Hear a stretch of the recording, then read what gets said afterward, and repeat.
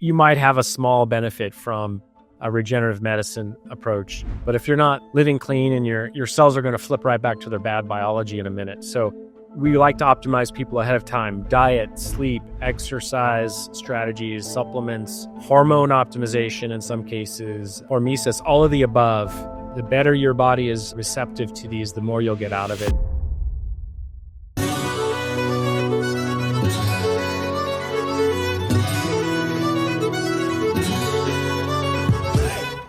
Hey everyone, before we get into this week's podcast, we got a pretty cool announcement to make.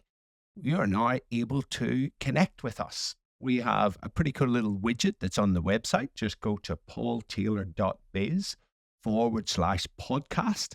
And near the top of the page, you'll see a little icon that says send a message to the Paul Taylor podcast.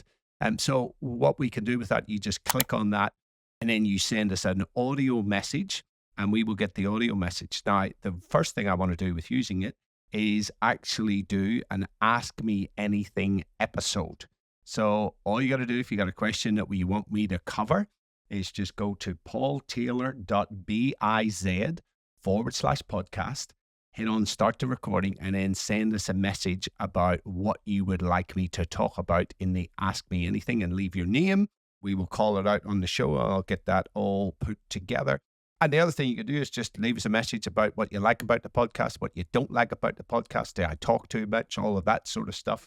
And just give us some feedback. And we will use that to continuously improve. So looking forward to hearing from you. Now, on with the podcast. Dr. Jeff Gross, welcome to the podcast. Happy to be here and great meeting you today, Paul. Yeah, and you are, as I was just saying, you're the second person in 2 days that I've interviewed from Las Vegas, Nevada. It's a new destination center for migration within the U.S., growing tech, growing other industries, not just casinos. So, it's diversifying. There's a huge migration of Californians who are trying to get away from the disaster of California, and Las Vegas and Reno. Which you add those two together, you have probably 95% of the Nevadan population are destinations with significant benefits at this time. Oh, that's really interesting. So where you're an original resident of? Well, for many years, I was a Californian till about 2015 or so. And before that, I've lived on the East Coast, in the Washington, D.C. area. I've lived in the Midwest in Ohio, and for a couple of years in Albuquerque, New Mexico. Oh, wow. You've been around. Yeah. I have. I'll tell you what, it's almost like those places that you talked about, it's almost like different countries in the States, isn't it? It really is. The different geography, you have mountains, we've got the coast, and now I live in the desert. Yeah, and geez, it gets bloody hot. I've been in Las Vegas once. It was 20 years ago. It was in Death Valley as well. But just even in Las Vegas, God, in summer, you know all about it, don't you? Yes, sir. So, Jeff, we are going to talk about a really interesting topic in medicine, and that's stem cell therapies. It's obviously not without its controversies, but you are extremely well qualified to talk on the subject. I was really interested in your background, having a degree in biochemistry and molecular biology, then going on to study medicine and then surgery. So just give the listeners a little bit of a tour of your background and also how you brought yourself to this place, to looking at stem cell therapies and longevity benefits particularly. Thank you. I appreciate the opportunity.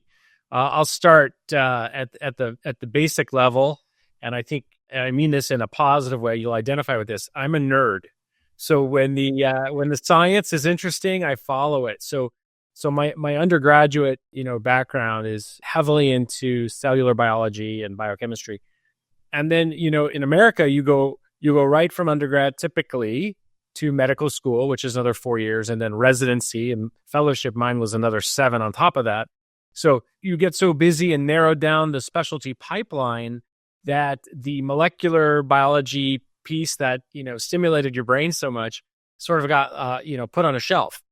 And I was practicing this is now my, I think, 25th year, or just started my 26th year I'm a neurosurgeon and I have a spine specialty. I do a lot of neck and back care, second opinions. I take on the failed cases that were treated elsewhere.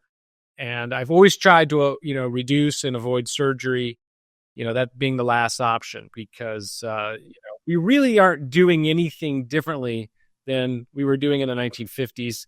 Yeah, maybe there's a smaller incision or a new gadget or widget or gadget or something, but it's the same approach.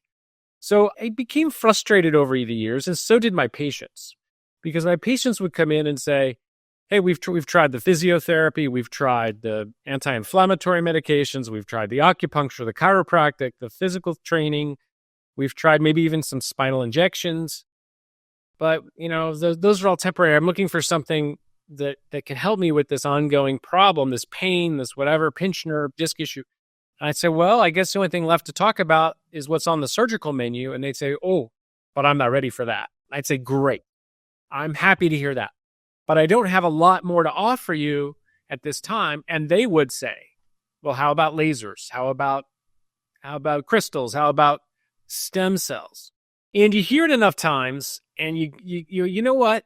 What about stem cells? So instead of going to the annual, spine neurosurgeons meetings, which I had done for decades and didn't, nothing was changing, I decided to open my mind and go back to my roots. And I went to stem cell conferences and got re-educated. This is about 6 years ago. And I did it to offer something new, a new tool to my patients suffering from neck and back pain and problems.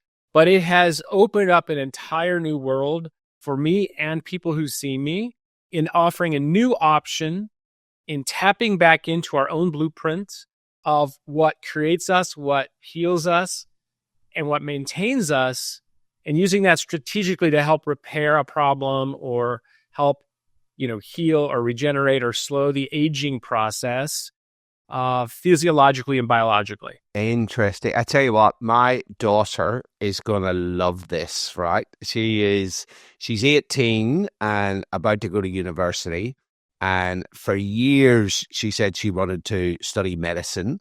And we sent her last year. My wife found this medical internship in Nepal for wannabe medical students.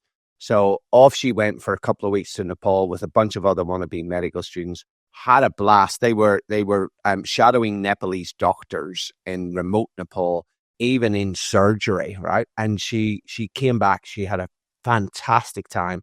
But she said to me, Dad, I've realized that everybody that was on that course was so passionate about medicine. I've realized that my passion is biology. So she wants to go and study biomed. And we looked into it, and there's so many different pathways once you finish your degree in biomed. And I said to her, oh, that biological engineering, like that's the future, right? And I presume stem cell therapies come under that broad umbrella of biological engineering. Yeah. So there's the biological side of bioengineering. There's the tech side of bioengineering when you think about Elon Musk and Neuralink and things like that. So, and then there have to be people that help bridge those. So I think that those fall under that umbrella. Yeah, awesome. So give us a bit of an overview of stem cell therapies and particularly the different types, right? So I know there's embryonic, very potent, there's adult stem cell therapies. So just give our listeners who are maybe not all over this topic, just a bit of a high level overview. Perfect. So Stem Cell 101 is basically, it comes in different forms. Although we use the phrase stem cells, not everything we do involves the use of stem cells. For example, there's a lower level regenerative medicine biologic called PRP or platelet-rich plasma, and it comes in different forms. I've had PRP in an Achilles injury. And I'm currently recovering from an ACL, and the sports medicine doctor suggested PRP, right? Which is where they spin your own blood and pull off the platelet-rich plasma, right? Right. So what's in that platelet-rich plasma are many of the things that stem cells make to help you heal. They make proteins, peptides, growth factors, proteins that involve the production of collagen when you want to help maintain, or in your case, heal an injury. And they also put off cell signaling bodies called extracellular vesicles, or for short, exosomes. So those are concentrated from your blood. They get centrifuged and separated and re-delivered into an area that needs more love than your body could give it on its own. So that's great. And that's kind of a low-level offering that's available almost ubiquitously now in most of the world. Sometimes it takes a few sessions, and it's certainly easy enough and worth trying before you undergo something more invasive or major, right? Why not try it? Okay. So the next step up from that would be to actually deliver stem cells. And stem cells come from two sources. And those sources would be an adult. Like you said, you can harvest your own stem cells, hopefully with the help of a clinician. You don't want to do it yourself, but it can come from your bone marrow. It could come from fatty tissue and other places, but bone marrow is probably the richest source. And you think about it, if a sad case, if a child has leukemia and they have to undergo a complete chemotherapy killing of the bone marrow and a replacement with a bone marrow donor to save that child, that is a replacement of that child's stem cells in the bone marrow. So now that requires matching because it's such a significant replacement. But typically, stem cells don't require any matching. They're not rejected. Theoretically, they can be, but I've never seen it or read about it. So they're immunoprivileged. So the immune system says, come on in. But the other source is what we call perinatal. Perinatal means it comes from the afterbirth products from a mother who is, congratulations, here's your baby that we just delivered by C-section. Instead of throwing away the amniotic fluid, the umbilical cord, the placenta, can we keep it and use it, in medical purposes? That's how that happens. So it's a very ethical process. There are myths, of some nefarious things happening, but I've never really seen that. I think it's more of a smear campaign that pharmaceutical companies and other companies want out there. So that's the most active and richest source, Paul. So when you take your car and you go for an oil change, you don't put the old oil back in. So I like that young, fresh, bioactive, that tissue, cells and other products that aren't affected by years of electromagnetic waves and toxins in the pollutants and whatever neuro stress from giving yourself the wrong mental signals and all that. Because that, Jeff, sorry to interrupt, that is one of the mechanisms of aging is stem cell exhaustion, isn't it? So that's why those embryonic stem cells, or those ones that you're talking about, they're cleaner, if you like, types of stem cells. Yeah, they're the most active because they have not been ruined by the world and the environment, and they're as naive and active as they come. Now, we call these perinatal. Embryonic is actually involved in the embryo making a fetus, and you can induce certain these stem cells at the time of a birth or an adult back into the embryonic state. There's a Nobel Prize about how to do that, and those cells have even more power, and we're learning how to harness them in only very certain circumstances are those in use in the world. And here in the US, they are under research, and they're called, induced pluripotent stem cells, which are more of an embryonic state. Now, those are the cells someday that are going to help us regrow a finger or a limb or an organ better than what we have right now. Are they some of the ones that you hear some people going to Mexico to get done? Or, yeah, okay, cool. Yeah. So let's take that comment for a minute and build on it. In the US, we're actually late to the game.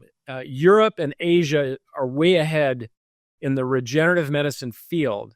And most of the professional athletes who needed some type of stem cell based treatment would go to Europe for decades, right? Tiger Woods, Peyton Manning, some of these players.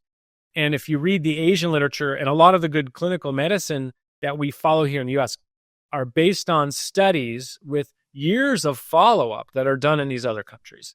Mexico and Central America is a little less regulated, but they also have access to not only, we'll call them multipotent stem cells, which are usually the ones at birth or thereafter, but they do, like you said, have access to these induced embryonic state stem cells.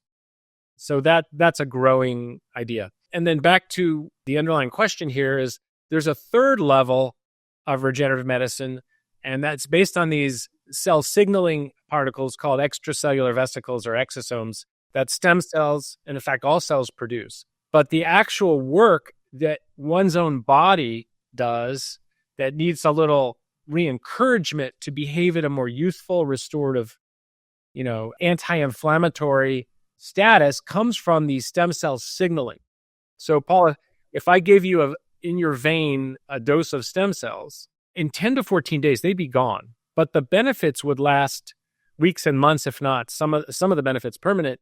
Why is that? Because those stem cells have produced and delivered these exosomes full of heat shock proteins and peptides and growth factors and re-education and encouragement to their neighboring cells of your body that does the actual work. So we're now skipping ahead of stem cells. So the latest and greatest are these stem cell-derived exosomes, and they have advantages. They're less costly.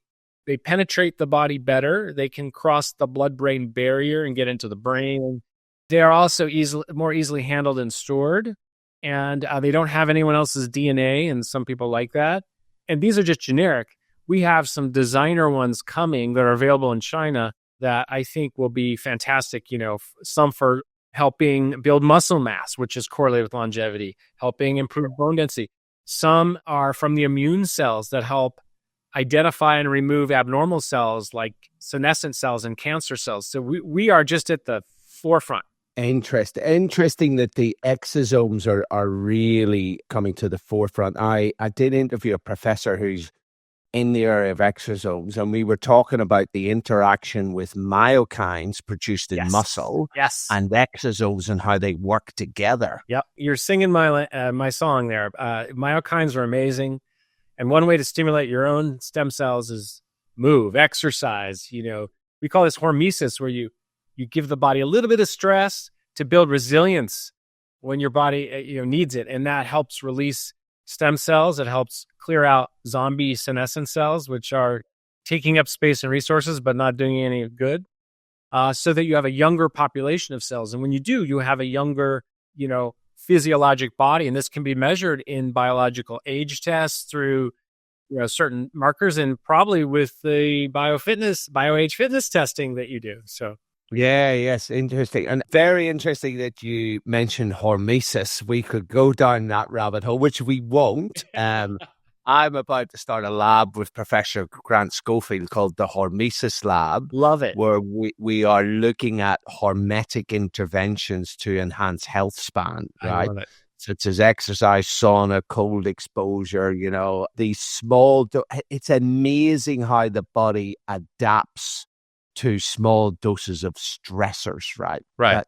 It's through the signaling, the cellular signaling, that all of this takes place, right? Which is why you're obviously so interested in this area. So talk to us about some of the use cases, both currently, the stuff that you do and that others are doing in those use cases, and then we'll come back to some potential future use cases. But let's give us a state of play right now. Right. So the low-hanging fruit, Paul, is musculoskeletal structural things like joints, particularly degenerated joints, loss of cartilage, osteoarthritis, or bone-on-bone. Those are all part of the same package. We follow a French protocol whereby the 15-year follow-up clinical data was published a few years back, so they're probably ready to publish their 20-year, in which at that time they only had stem cells. Exosomes are only available in the last 5 or 8 years, depending on what part of the world. So they injected stem cells into patients' knees who were already recommended a knee replacement surgery. So they took patients, they said, you need a knee replacement, but wait a minute, would you like to join our study to try not to have one? So they had no problem signing up people. And this is Dr. Philippe Hernegaud. I probably mispronounced that, but University of Paris East, an orthopedic surgeon who published this, and they did half the patients they injected into the cartilage of the joint. And we use the word intra-articular when we do that. And half the patients got it into the bone edge, just above and below the joint, which is called the subchondral bone. It's an old leftover part of the growth plate, but you know what lives in there? The cells that produce cartilage. They're called chondrocytes. And those cells are the cells that produced that cartilage, that meniscus, that ACL in the first place. And they found over 15 years that the best results and longest lasting results come from injecting the bone edges. So that's what we do. Now you might say, wait a minute, the bone injection, that sounds painful. Well, we do give a little twilight sedation for that. And it's usually a one and done in most cases. And there's no downtime. You can go right back to sports. You'll be sore for a week, but what have you, go back to your thing. And we've seen, months down the line, we have some patients where we've done some MRIs after the fact, and we've seen restoration in cartilage thickness and improvement that goes with that in pain and improvement in function. So we are seeing a reversal and a regeneration of the cartilage of the joint because we're putting in a factory order to the factory for some new cartilage in a person whose body, like you said, his stem cells are exhausted. Otherwise, they would have healed it themselves already. Yeah. That for somebody like you who's used to doing surgery, when you see that and done those operations, that must just blow your mind. It's a renewal of my interest in clinical medicine because I was in a rut doing these same surgeries over and over again or trying to keep people away from them. Here's a very simple way that we can help people without surgery, not in every case, but in many cases, or maybe push out the surgery because there are always new things coming. Push it out 10 years, and by then we have another stem cell solution. So it's been wonderful and remarkable. I wish I had this tool my entire career. So knees and hips would obviously lend themselves to this very, very strongly, and the amount of knee and hip replacements that are done is just ridiculous. What about the spine as well? Because I know, in extreme cases when people have long-term spinal issues, sometimes they get spinal fusion, which my understanding has a hit rate of around, or a success rate of around 50%. I think there was some Harvard doctor who did placebo operations and got similar results, right? I don't know who would sign up for the placebo spine. Yeah, no, exactly. But has it got use cases there in spinal difficulties as well? Yeah. Now, the key to understanding the spine, because it's a complex structure, is to know exactly where the pain is coming from. Is it coming from a disc source? Is it coming from a facet joint, which are the joints in the back of the spine? Is it coming from both or something else? Or has the spine become debilitated where there aren't the muscular support? So we have to come to an understanding, and we have to, practically test that sometimes with some numbing shots to see what temporarily resolves pain. And based on that, based on a good exam, based on some high quality MR images done in a very special way, we put all that information together and come with some kind of plan. Not everyone we can treat. If we could treat part of it and that's good enough to keep someone away from surgery, that could be something we do. So we treat plenty of spines. Spines take longer, usually 9 months or more, to improve. This is my observation. We'll collect all these someday and publish them, but I don't have a reason why that is, but except the spinal disc isn't like a knee meniscus. Spinal disc has 2 different forms of cartilage. And I think that's part of the reason. So we're learning more about it all the time. Yeah, definitely more complicated than knees and hips, eh? And so let's now talk about just overall the difference between, or the benefits of these regenerative treatments versus the typical medical approaches.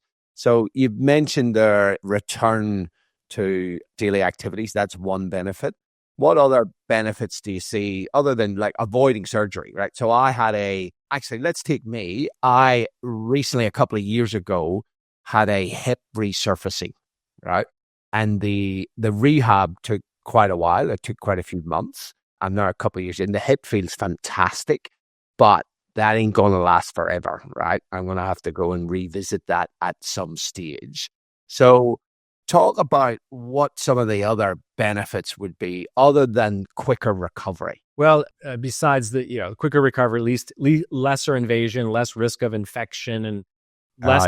You don't have the long recovery. You don't need a bunch of pain medicines after, and potentially a reduced cost. Because if you're someone who has to recover from a surgery and miss work, miss income, pain and suffering that goes with that. I mean, at the end of the day, these procedures are more affordable, especially using the stem cell derived exosomes and related growth factors. They're less costly than stem cells.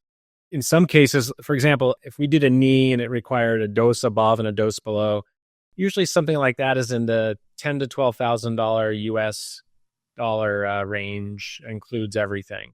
So that's, you look at a knee surgery, depending on what your health insurance may or may not cover. Here in the US, it's complex. They have deductibles you have to meet and copays and things. You may be saving money doing the regenerative medicine approach. Yeah. And then the other thing is that you don't have any foreign bodies inside you. I read yesterday, actually, some cases in the UK where hip joints that they had put in were actually leaking out toxins and causing really poor health. I remember looking at that and going, shit, what type of joint was that? I've got obviously foreign bodies in there. I've got metal in my body. You're not introducing foreign bodies in there. Now, generally, these things are pretty safe. I think that was just one type of hip joint that had a couple of different joins, and that was the issue with it. But that's got to be a benefit if you're not introducing foreign substances into the body. Oh, absolutely true. All of those things have frictional wear and material, failure over time. And the other benefit here with going in a regenerative injectional route is, you talk about like your resurfacing. Anytime you go into a joint to trim some cartilage or, try to help an irregular surface become more regular so it moves smoother, you're actually increasing the development of osteoarthritis. Some doctors just use the word arthritis in that joint over time. Yes, you have benefit for a while, but you're accelerating the process. So we seek to do the reverse of that, right? So we would take someone like you, and I would have loved to have you, at the time of your resurfacing, inject, the surface, the edge of the bone in the ball of your hip joint, and maybe even also the receptor part, the cup of the joint with the regenerative biologics. You're still a candidate, but that would be what we would do to try to improve now that you have a nice shape in your hip, we want to help you produce and maintain that joint better, lubricate it better, produce the proteins and growth factors and the collagen and the cartilage in there to help restore. Interesting. I think when the other hip's ready, I'll be coming to you. Perfect. So let's talk about your journey and when you were shifting across from the traditional stuff. What were some of the challenges that you went through? Well, some people, are completely dependent on their health insurance here in the U.S. and they don't have the resources, even though these are reasonably affordable compared to most things. So some people had trouble with that. Luckily, we've been able to work with some charitable programs. There's a veterans group we support. Been able to provide some, pro bono care there. There are some people who think that these procedures are illegal because we are not allowed in the U.S. to make marketing claims that we're curing or treating anything.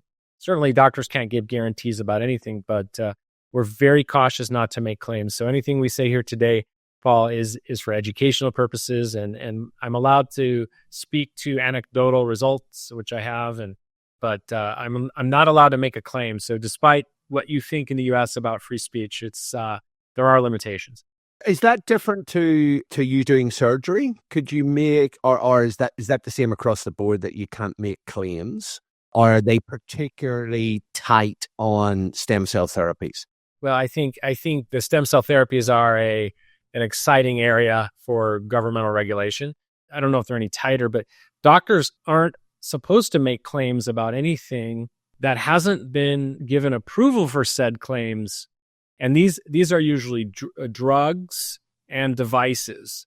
So a surgery is unregulated by the FDA, by the government. Regenerative medicine is regulated, and there are no yet any approvals. There are no disapprovals, just so we're clear. It's sort of this in limbo state. Right. Got it. Right. Interesting tightrope that you've got to walk then. And then let's just talk about other potential use cases. So you're in a particular area, but I have seen some potential for stem cell therapies for like diabetes, neurodegenerative disorders, those sorts of things.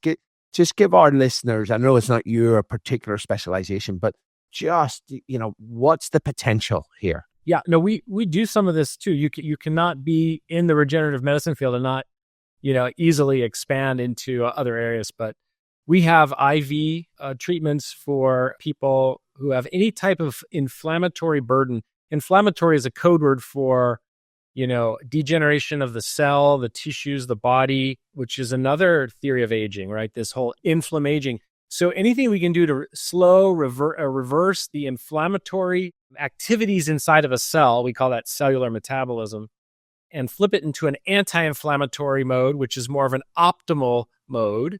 An optimal mode heals better, restores, maintains the adult body. So that's what we're seeking. So we do IV for people with organ damage, with type 2 diabetes that has an inflammatory component. Most of the diseases of aging are diseases of inflammation, right? Coronary artery disease, the plaques, has an inflammatory component. Alzheimer's disease, misfolded proteins, has an inflammatory component. We look at osteoarthritis, we've talked about, of course, has a huge inflammatory component. And then people with inflammatory issues in general, like autoimmune, inflammatory bowel problems, eczema, psoriasis, other arthritis type problems, thyroid problems, and certain infections that are known to have a very hyperinflammatory reaction, like COVID-19 and Lyme disease. I don't know if you have that in your part of the world. Okay. These are things we see that are quite helpful. And then recovery from stroke and heart attack, there's an inflammatory component. And even after traumatic brain injury, we're seeing some benefits now using the exosomes. Wow. So the exosomes go into the IV. They can do IV, and the other way to get them into the brain is nasal spray. Oh, yeah. There's some really interesting stuff coming out on nasal spray. Somebody was talking to me the other day about BDNF in a nasal spray. I'm like, what? Because that is direct access to the brain, isn't it? It is. There are a couple different ways to get to the brain through the back of the nose. There's a ganglion in the back of the nose, but the cribriform plate, which is where the nerves that transmit smell sneak up into the skull and get to that part of the brain. We're using that little railway, if you will.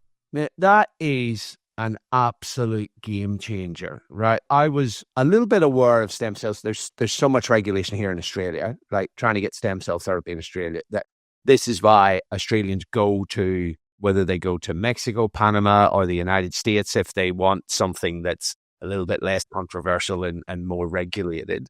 But that delivery through IV of exosomes, that is a potential game changer for so much stuff. Because as you rightly say, if you look at most chronic diseases have an inflammatory component, and it is one of the major ways that we use is that cellular inflammation.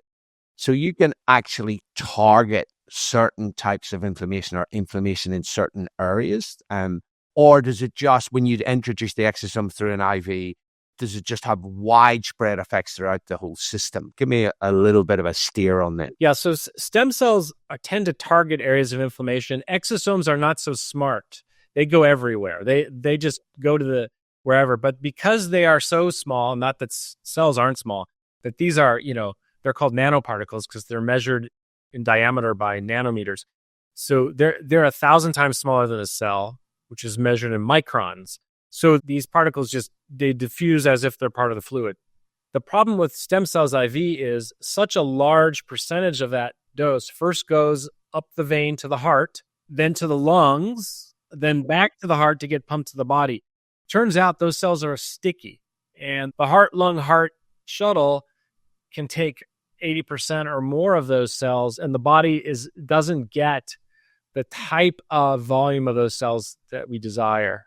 That's interesting. Okay. And are the exosomes, do they behave differently, or are they? They're part of the fluid of the plasma of the blood, and they're not sticky. They just go wherever, and they don't get hung up because of their size and stickiness. Stickiness could be the receptors and things. Exosomes have minimal, if any, receptors on them. Wow, that is fascinating. And are there any known negative effects of exosomes going throughout the entire body? So the only issues you have besides, pain at the IV site or, bleeding from the IV site is if you harbor a lot of inflammation already, whether it's Lyme's disease or something, your cells produce and store cell signaling proteins called cytokines that call for the immune system. This is the whole cytokine storm during COVID, right? And your body has to get rid of those. So when you get the stem cell derived exosomes, those cells have to flip over their factory machinery from defense mode to peacetime, from inflammation to anti-inflammation. When they do that, they still have to purge out the stock on the shelves, if you will. And so some people, as they release those, have a day or two of a flu-like set of symptoms, not the flu itself, but flu-like syndrome of you have a low-grade fever, you can have aches and pains, you can be sleepy and sluggish, because those go into your bloodstream and they have to go out your body. So as you're flipping over, turning over a new leaf, if you will, in the minority of patients, we do see that with IV. Okay. But no big long-term issues. Now, that then opens the door, in my mind, and tell me if I'm wrong, from somebody coming in and going, I have a particular inflammatory issue, to someone coming in and going, hey, I'm in my 50s, I feel good, but I want to go from good to great. Yes.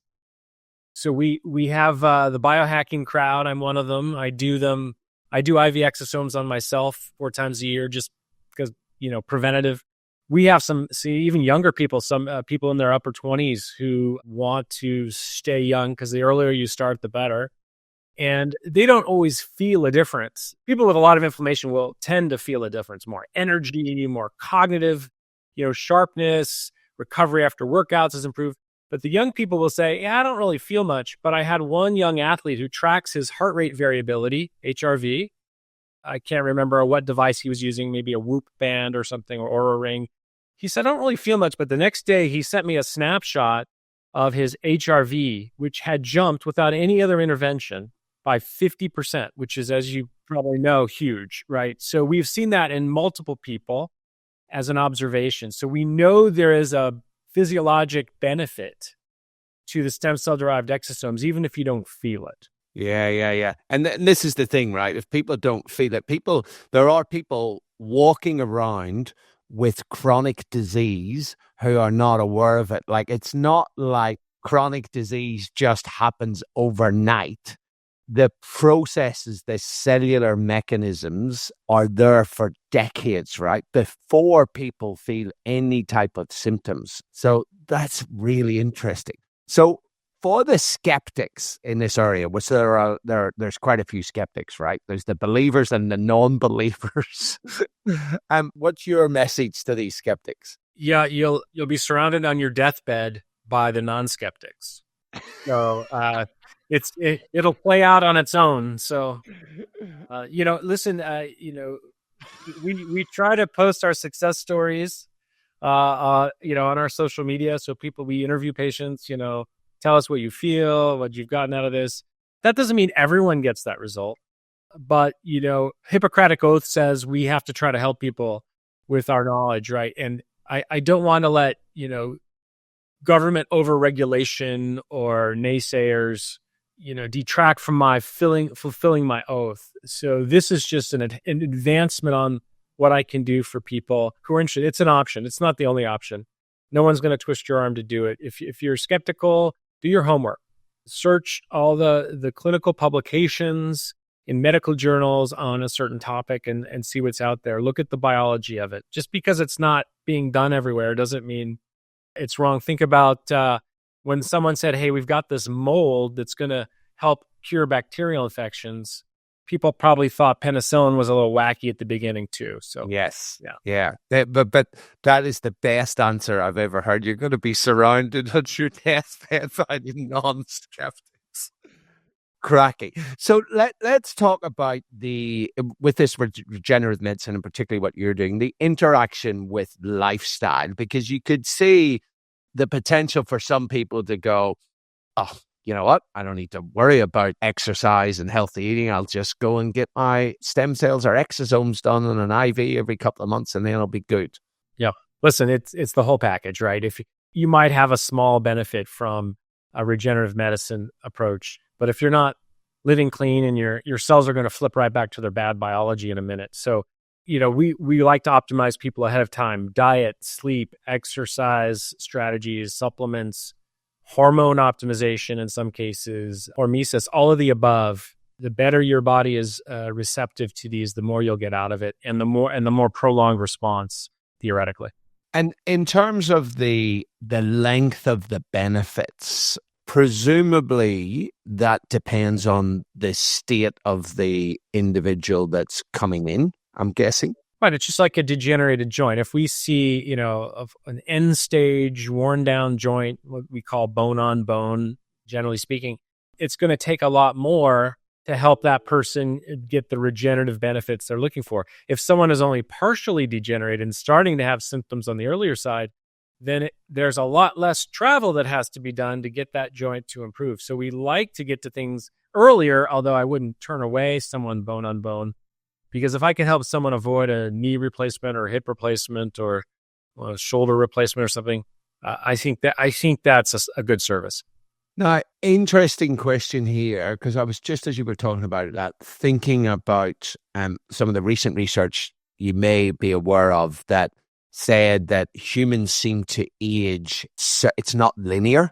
There was that paper that was released saying that there seemed to be a couple of aging spurts, one in the early 40s, one around 60, and then there was another paper I found that there seemed to be a third one around 78 or 80.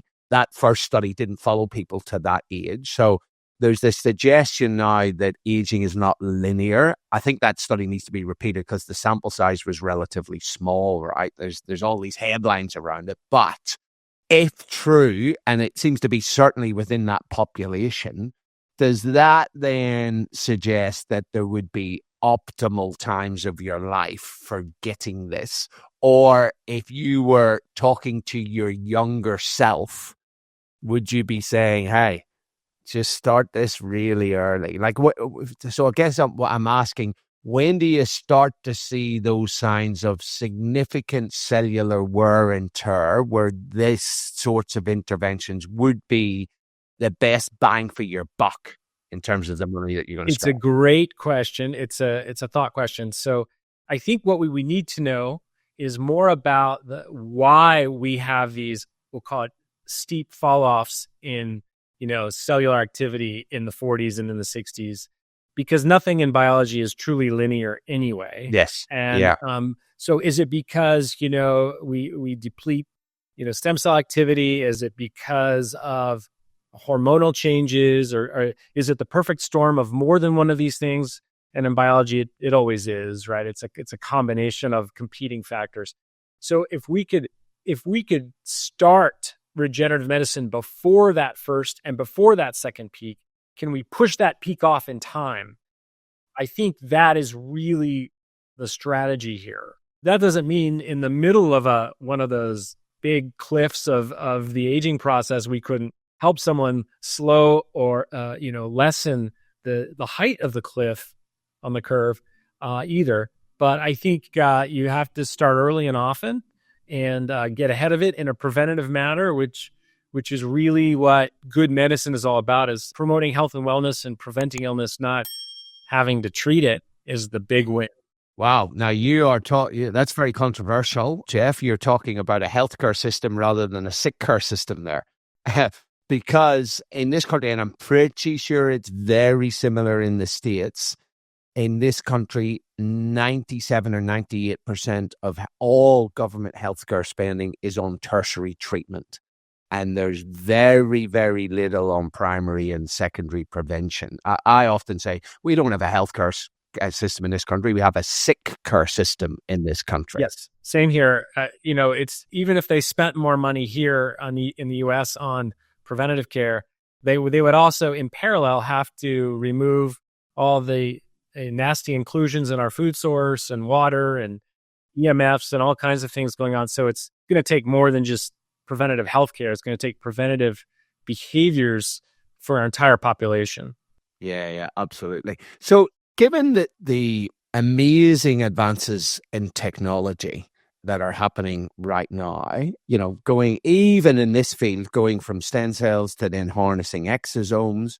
What do you think the future trajectory is for this longevity, regenerative medicine, call it whatever you want? I like to focus on the health span rather than the lifespan. But given that your finger is well and truly on the pulse here, what do you think future state looks like? Well, I think the future's already here in some places, just not here in the US. But we're working on some projects here in my own clinic to get what we call designer exosomes. These are exosomes that would be chock full of mitochondria, for example, to donate those mitochondria to cells whose mitochondria are less functional, not only for mitochondrial disease, but for frailty and to help improve muscle mass. As you know, muscle mass and bone density are correlated with longevity. And also brain function. The brain is highly dependent on mitochondria. And I think we need to spend more time giving mitochondria our love. And if we take care of our mitochondria, we are taking care of ourselves. So those will be designer exosomes. The other one we're working closely with now and hope to have very soon are a certain subpopulation of exosomes come from immune cells. And these immune cells, these specific T cells, their job is to identify and remove by cell death certain abnormal cells like cancer cells. So you can imagine we have these targeted exosomes that can help someone address a cancer diagnosis, and whether it's a solid tumor or a circulating tumor.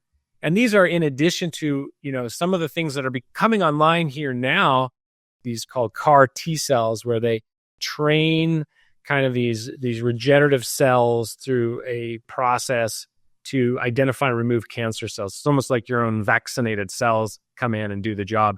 That's another angle. And then, as I mentioned earlier, these induced pluripotent, more embryonic cells that, as you probably saw in the news in the last few months, in China, they cured a person of diabetes type 1. They did it by using some of these induced pluripotent cells. So those cells have more ability to do more. We just need to control them safely. That's some of the limitations on those right now. That's really interesting. And I think obviously the brain has then got to be a target, because as we age, and what we see in Australia, and I would imagine it's very similar there, is the massive rise in dementia as a killer. And I think there's a couple of things that are behind that, right? Is number one, unhealthy behaviors that people have. But secondly, as we live longer, right, as the population is living longer, neurodegenerative diseases and cancers almost become something that's going to be locked in, right? Because of just that overall wear and tear of the body. Right. Agreed. Listen, the older we live, the more degenerative problems we are facing. So the earlier we can start some type of regenerative behaviors in our lifestyle and our food, and maybe even augmentative regenerative therapies like we're talking about today to help slow that process, that would be a game changer. It might push the problem down the line. And anything you could do to delay the formation of degenerative diseases gives us a chance to learn about them more and have a new solution for them 10 or 20 years from now. What's your thoughts? So a little bit off-piste this question, right? So in the whole longevity medicine space, there are some people who are really focused on enhancing health span. And then there's the other crowd that are focused on enhancing lifespan and who believe that it's possible that we're going to see human beings live to 150, 200 years old. You have some people talking about that. What's your view on this opinion, right? This is obviously a hypothetical question. Yep. Well, listen, if all your time and efforts, full time, were dedicated to living longer, those things that make you live longer will also make you healthier. So you're working towards lifespan is really also working towards health span. But you're right. We don't want to just live longer and be laid up in a nursing home for decades at the end of our life, right? We want our health span to fill our lifespan with really, so they end at the same time. So, if you had like a Brian Johnson who's full-time into it, he does have a propensity to live beyond 150 and so forth. He's doing everything perfectly right. He's basically like a pristine, car that never leaves the garage or gets an oil change every day, whether it needs it or not, So it's going to last longer. It's going to, people talk about escape velocity where we're, live forever. Aubrey de Grey talks about escape velocity, right? Yeah. I don't know what that's going to take. I'm not seeking that. I don't know that anyone, a few people may have that desire. At some point, we're talking more about, the sci-fi and things like that. But that doesn't mean they're not going to be less fiction in the future. I'm not working towards escape velocity, but everything we do to, push health span and longevity, we will see people. We already have people living into their 120s. We will see 150s in subgroups of lifelong good behavior people who are doing all the right things along the way, and then maybe some strategies on top of that with stem cells and what have you. Yeah, interesting. So you think that is quite a possibility. Right now, I'm interested, until that's proven out, I'm interested in you designing these designer exosomes that will keep me healthy and vital. And then as soon as I hit 100, they all explode. And that's it. I'm just done. That's it. Yeah. I don't think we're quite there yet. Time limited. Yeah. So talk about, what you guys do, the resale stuff. How are you making sure that you're right on the bleeding edge of all of this stuff? Well, a few things. One is we only use the highest quality biologics. So the stem cell derived exosomes we have come from young, healthy mothers that are screened in their first trimester and can't be drinking, can't be smoking. They can't be having high risk behaviors. They have to be non-vaccinated for COVID, not because that's necessarily bad. It's just we just don't know enough. We haven't had enough time to understand the full nature of that. So just to remove that variable, we're using unvaxxed donors. And then those tissues go to a highly competent and certified lab where they're tested and screened for all diseases. So we're only using the best of the best. And tell our listeners why mothers, right? Why females? Why, to just give our listeners a sense of that. Because females have wombs, and those wombs produce the best stem cells when it's creating and developing a fetus. So we're taking from the amniotic fluid, the growth factors, the proteins, the peptides, the exosomes, and we're getting them in a concentrated way. That's why, I mean, that's what I prefer. You could take stem cells, or you could probably even derive exosomes from a man, but then you have to send them off, and it's very expensive and doesn't make sense. Interesting. Okay. We take them from the baby factories, basically. Yeah. Okay. And do you guys use peptides as well as stem cells and exosomes? Yeah. And just to be clear, most peptides, our bodies make peptides. Stem cells derive peptides. Exosomes are chock full of peptides. We also use exogenous peptides, supplemental peptides. Usually if you're healing something, you want the Wolverine protocol, the BPC 157, TB 500, copper peptide. There are so many out there. We are learning more and more about them all the time. And the FDA are starting to come down a little bit on peptides. Have you any concern about the FDA coming down on exosomes in the future? Yeah. So listen, anything that the FDA is coming down on without a foundational basis, meaning they're disregarding the literature, there's got to be another reason for that, and you got to follow the influences and the money for that. But the FDA says they do regulate these things. Doctors do not prescribe peptides. We can coach and recommend them, and people have to obtain them on their own, which is easy. And then for the exosomes, we're very, very careful that we aren't making any marketing claims that we're curing or treating something, because we want to remain compliant with what the FDA regulates. I can imagine there's a fair bit of frustration in your field and with people like you around the limitations that are placed on what you can access, what you can do for your patients. Sometimes I think that the patients who are inclined to look into these treatments understand that they are newer to the U.S. We share with our patients all the clinical literature that they're interested in. Usually that's from Asia or from Europe. We show them what people are doing. They are approved. By the way, in the States, there's one state that this past May put into effect a law that was passed a little bit earlier that does approve the use of regenerative biologics, and that's the state of Utah. So, like a lot of crazy things in the U.S., we're sort of at civil war, right? Where the federal government has one opinion and the individual state or states have others. Yeah, that's really interesting. So give our listeners just a little bit of a guidance around those who want to explore regenerative treatments. What sort of guidance would you give somebody who's thinking about this? Particularly, a large part of my audience is in Australia, where we can't access clinics like yours. Right. So what sort of guidance would you give people in general who are interested in this area? Because for me, it's a very interesting area, but talking about exosomes, right? That's like, wow, this is game-changing stuff. Well, if you're in Australia and you want to stimulate your own exosomes, you can, exercise, do yoga. They stimulate stem cell release, which stimulates exosome activity. You can imbibe exosomes. You can get exosomes from healthy fruits and vegetables, plants. You can have them they're very rich in bone marrow or bone broth.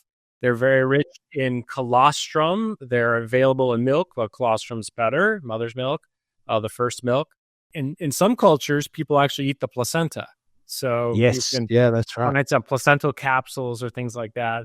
They could be animal as well. They don't have to be human.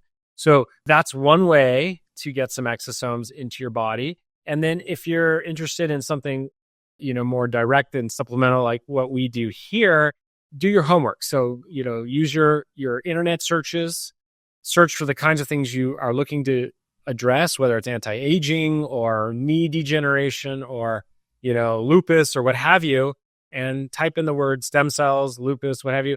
If you type in exosomes instead of stem cells, you're not going to get as much literature. We do translate a lot of the stem cell type of clinical reports from years gone by into exosomes, since stem cells are really the delivery of exosomes.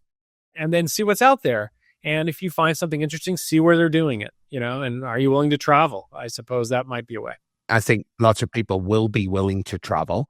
So presumably people from overseas can come to your clinic and get these exosome IVs or treatments for particular stuff. Oh, yeah. So Jeff, this has been absolutely fascinating. Where can people go to learn more about what you do specifically in your clinic and the treatments that are on offer? Thank you, Paul. The practice name is called Recelebrate because we're celebrating the renewal of our cells. So that's brilliant. I love it. Thank you. And that's why we walk the dog at night, so we can come up with these ideas, right? It's spelled RECELL for cell, EBRATE. And if you type that in your search browser, you will find us. I think I'm the only person using that word in that spelling. Our clinic name, that's our website, that's our Instagram, that's our Facebook, that's our LinkedIn, that's our whatever. We have a YouTube. Just type that in, you'll find it. I tell you what, the day that when you were walking the dog and you came up with that, I'm sure you came home and jumped on to see if the main name was taken. That must have been the day where you're just like, yes, that's exactly what happened. I probably bought it, on the walk, got into my account, checked it out. Oh, it's available. Go, buy it right then and there. So you're exactly right. That is brilliant. Jeff, look, this must be for you particularly exciting, right? And a new lease of life for your career, right? So you're re-celebrating your career. I am. Very good. as well as doing all of this stuff. So yeah, it must be so cool to be on the bleeding edge, but also to just be able to intervene with people in a pretty non-invasive way compared to some of the other traditional treatments, and just see people walking out of your office in completely different health than they walked in. That's got to be cool. It's wonderfully rewarding, and you're absolutely right. I have a shot of regenerative activity into my own professional life. So thank you. You well played. Yeah. Excellent. Jeff, keep up your great work. I'm sure there's so many people that will benefit, and it's got to be very exciting to be just on the bleeding edge here. Great. Thank you for having me. This has been great. I think you've got yourself at least one future patient out of this podcast. I can tell you that right now. Be happy to help you.